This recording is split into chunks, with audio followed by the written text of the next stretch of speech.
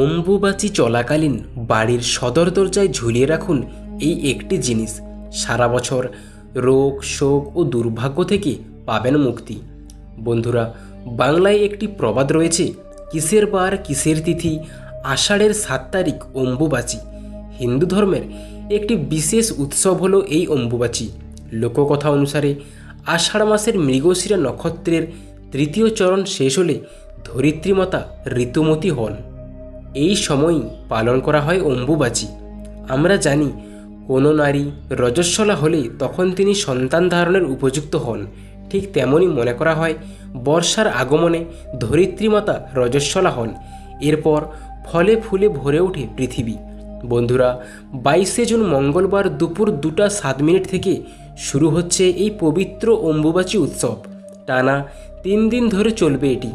অম্বুবাচী তিথি শেষ হচ্ছে 25শে জুন শুক্রবার, অর্থাৎ বাংলা ক্যালেন্ডারের 10ই আষাঢ়। সেদিন রাত 2টা 30 মিনিটে ছাড়ছে অম্বুবাচী তিথি। প্রতি বছর সূর্য আদ্রা নক্ষত্রের প্রথম পর্যায়ে অবস্থানকালে মিথুন রাশির 6 ডিগ্রি 40 মিনিট থেকে 10 ডিগ্রি পর্যন্ত সময় মাতা ধরিত্রী ঋতুমতী হন। এটি অম্বুবাচী নামে পরিচিত। এই সময় বাড়ি মন্দিরে সব জায়গায় পুজো বন্ধ থাকে।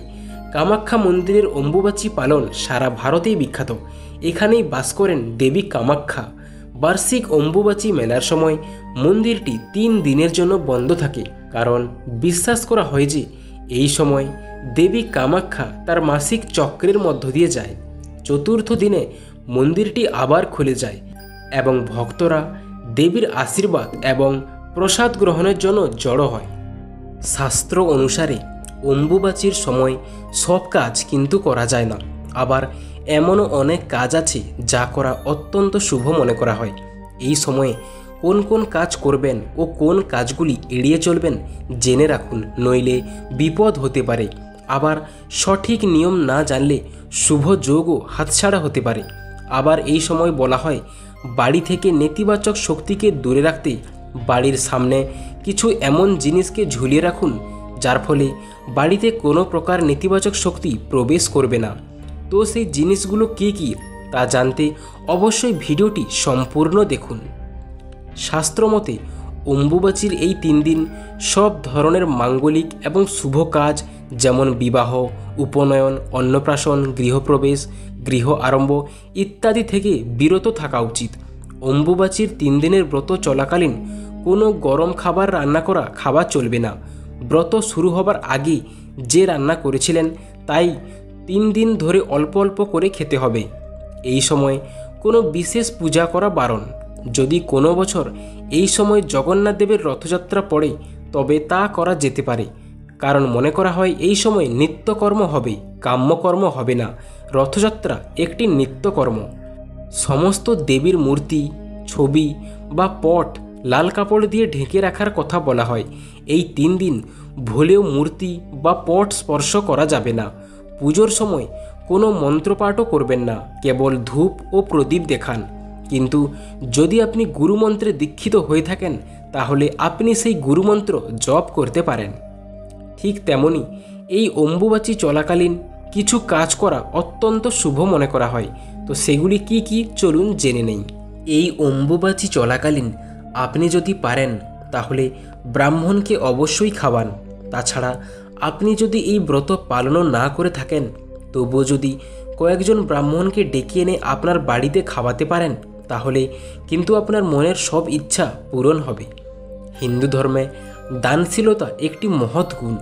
বিশেষ করে শাস্ত্র অনুসারে বলা হয়, অম্বুবাচীর সময় যদি 3 জন গরিব ও দরিদ্র মানুষকে ডেকে এনে খাবার খাওয়ান ও তাদের আম ফল দান করেন তাহলে অতীব পুণ্যের সঞ্চয় হয় বলে বিশ্বাস করা হয়। অম্বুবাচী উৎসব দেবী দুর্গার প্রতি শ্রদ্ধাঞ্জলি। দরিদ্রদের ফল দান করে ভক্তরা দেবী দুর্গার প্রতি কৃতজ্ঞতা প্রকাশ করেন এবং তার আশীর্বাদ প্রার্থনা করেন। সাদা ফুল, বিশেষ করে শুভ্রচন্দন, দেবী মায়ের প্রিয় বলে বিশ্বাস করা হয়। অম্বুবাচী পালনের সময় এই ফুল গাছ লাগানো দেবী মায়ের প্রতি শ্রদ্ধা ও ভক্তি প্রকাশের একটি উপায় হিসেবে দেখা হয়। সাদা ফুলের গাছ সৌভাগ্য, সমৃদ্ধি এবং শান্তির প্রতীক হিসেবে বিবেচিত হয়। অম্বুবাচী পালনের সময় এই গাছ লাগানো এই সকল শুভ ফল লাভের আশায় করা হয়, কিন্তু সবসময় মনে রাখবেন এই গাছ যেন বাড়ির উত্তর পূর্ব দিকে লাগানো হয়। জ্যোতিষ বিশেষজ্ঞদের মতে অম্বুবাচীর সময় আপনি প্রত্যেক দিন আম ও দুধ খেতে পারেন, যা খুবই পবিত্র হিসেবে গণ্য হয়। এবার চলুন জেনে নেই এই অম্বুবাচী চলাকালীন বাড়ির সদর দরজায় কোন বস্তুগুলি ঝুলিয়ে রাখলে বাড়িতে সবসময় পবিত্রতা ও ইতিবাচকতা বজায় থাকবে। প্রথম, তুলসী পাতা। বন্ধুরা, যে কোনো হিন্দু পরিবারের জন্য তুলসী কতটা পবিত্র তা আমরা সকলেই জানি। এই তুলসী যে কোনো বাড়ির পরিবেশকে খারাপ শক্তির হাত থেকে রক্ষা করে বাড়িতে শুভ শক্তির প্রবেশ ঘটায়। তাই শাস্ত্র অনুসারে বলা হয় অম্বুবাচী চলাকালীন পুরো পৃথিবীতে নেতিবাচক শক্তি বৃদ্ধি পায় এবং এই নেতিবাচক শক্তি আপনার বাড়িতেও প্রবেশ করতে পারে।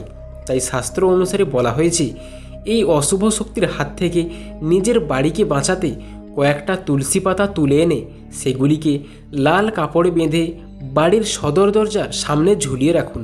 এতে বাড়িতে কোনো প্রকার অশুভ ও নেতিবাচক শক্তি প্রবেশ করতে পারবে না। দ্বিতীয়, লাল কাপড়ের টুকরো। লাল রং শক্তি ও সৌভাগ্যের প্রতীক। এই লাল কাপড়ের ভেতর যদি আপনি কিছু না বেঁধেও শুধু লাল কাপড় বাড়ির সামনে ঝুলিয়ে রাখেন, তাহলেও এটি কোনো প্রকার নেতিবাচক শক্তিকে বাড়িতে ঢুকতে দেয় না। বিশ্বাস করা হয় যে লাল কাপড় ঝুলিয়ে রাখলে নেতিবাচক শক্তি, ভয় এবং অশুভ প্রভাব থেকে বাড়িকে রক্ষা করা যায়। লাল রং রক্তের প্রতীকও বটে। অম্বুবাচীতে দেবী দুর্গার রজস্রাপের সাথে রক্তের সম্পর্ক থাকায় লাল কাপড় ঝুলিয়ে রাখা দেবীর প্রতি শ্রদ্ধা প্রকাশ করে এবং এই সময় বাড়ির সামনে লাল কাপড় ঝুলিয়ে রাখলে কোনো প্রকার নেতিবাচক শক্তি বাড়িতে প্রবেশ করতে পারে না। তো বন্ধুরা, আপনি চাইলে এই দুটো জিনিসই আপনার বাড়ির সামনে ঝুলিয়ে রাখতে পারেন যতদিন পর্যন্ত অম্বুবাচীর এই পবিত্র তিথি চলছে।